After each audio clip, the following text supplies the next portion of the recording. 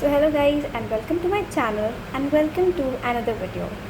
As you can see, this is of SBI Clerk 2025 attempts, my self-given analysis. And let me tell you people कि मेरा जो exam था वो second day 4th shift में था, as you can see in this. So first of all मैं start करूँगी अपने अटैम्प्ट्स बता के, क्योंकि बाकियों की तरह मैं भी दूसरों की वीडियोस देखती हूँ एंड आई एम लाइक भाई अटैम्प्ट्स बताओ जल्दी, टोटल कितने किए हैं. So without any further ado I will tell you my attempts. So मेरे टोटल अटैम्प्ट्स 78 थे.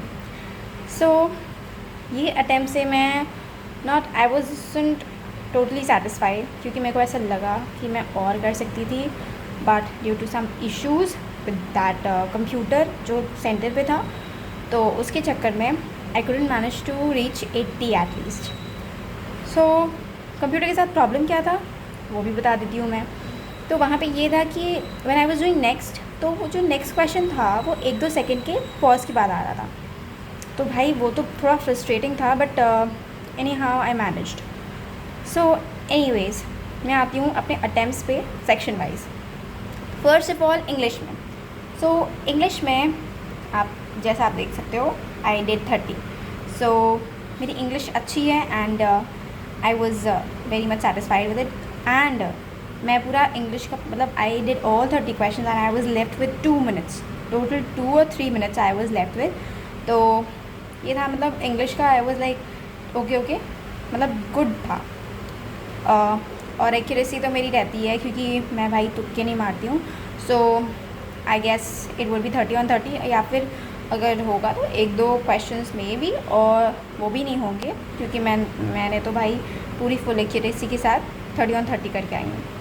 सो this was this. And coming to the math section which is some sort of डामाडोल of mind. तो भाई सबसे पहले मैं स्टार्ट करती हूँ सिंप्लीफिकेशन से. तो पहला जो सिंप्लीफिकेशन खुला, आई थॉट कि वो थोड़ा सा लेंदी है, तो मैंने उसको लीव कर दिया and I just switched on to the next one. And due to this computer वाला प्रॉब्लम मैं उसको मार्क फॉर रिव्यू करना भूल गई and there I did the mistake. तो फिर क्या हुआ, मैंने जितने सिंप्लीफिकेशन से मैंने वो सॉल्व किए. फिर मैंने उठाई DIs, क्योंकि DIs में थोड़ा मेरा बनता है तो मैं DIs कर लेती हूँ. तो मैंने DIs उठाई 2 और वो दोनों सॉल्व कर डाली, वो भी हो गई. Now I came to caselet. मेरे को केसलेट मैंने एक बार रीड मारा तो मेरे को ऐसा लगा ये हो जाएगा, तो मेरे को ऐसा लगा थोड़ा टाइम लगेगा बट ये हो जाएगा. तो इसलिए मैंने पहले 2 DIs बाकी वाली कर ली and then I came to that caselet one.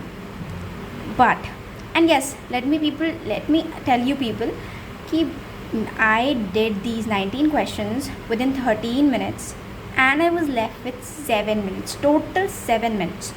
और उस 7 मिनट्स में I was trying for this caselet and arithmetic, but भाई मेरे से एक क्वेश्चन नहीं हुआ उसमें.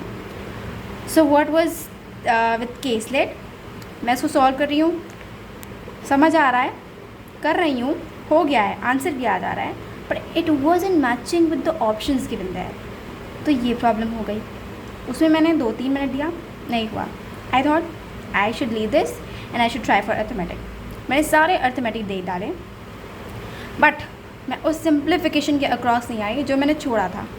तो जब तक मैंने सारे अर्थमेटिक देखे तो उसमें मेरे को 2 डुएबल लगे जो मैं कर पा रही थी, तो मैंने उनको किया, वो सॉल्व भी हुए, बट अगेन वो ऑप्शन के साथ मैच नहीं कर रहे थे. तो फिर भाई time was going and I was like भाई नहीं हो रहा है.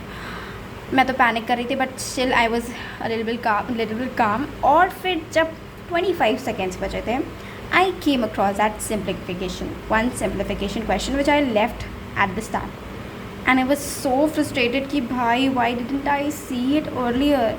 अगर वो कर लेती तो एटलीस्ट 20 तो हो ही जाते मैथ्स में.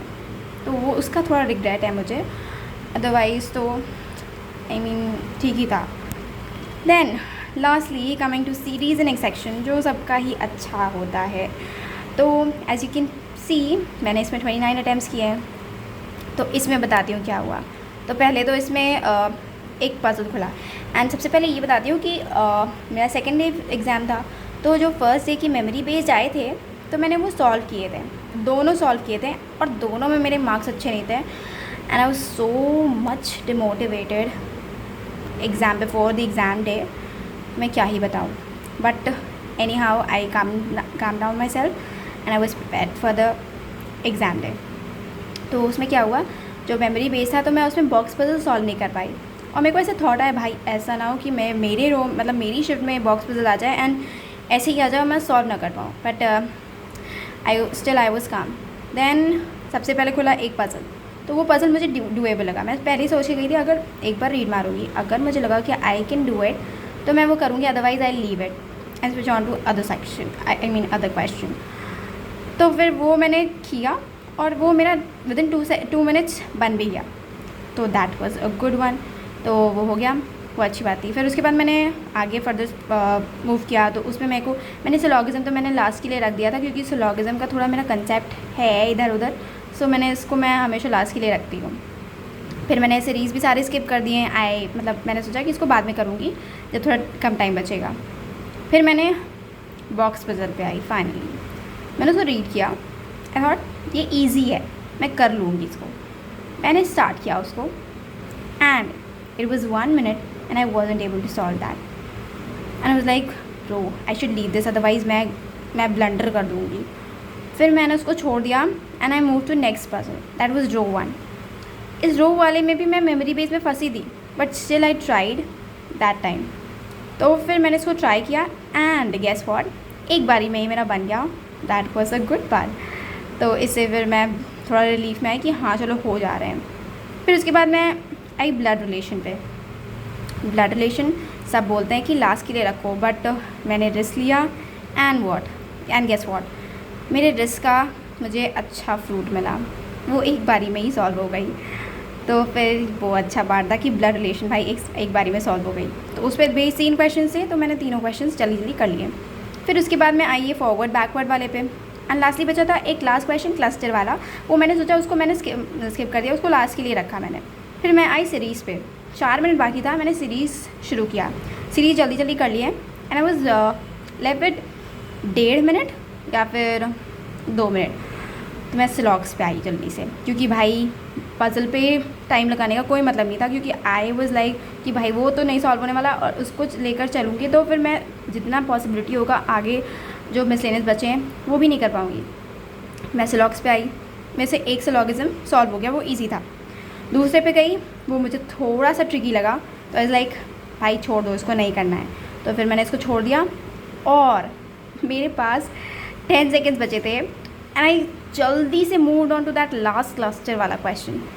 एंड गेस व्हाट, क्लस्टर का मेरा स्ट्रैटेजी ये रहता है कि मैं नीचे से शुरू करूँगी, क्योंकि मोस्ट प्रॉब्ली आंसर्स उसके लास्ट में ही नीचे वाले ऑप्शंस में ही मिलते हैं. नीचे से देखना शुरू किया उसको. नीचे चारों के चारों ऑप्शन नीचे से वो आंसर्स नहीं थे, आंसर था फर्स्ट वाला ऑप्शन.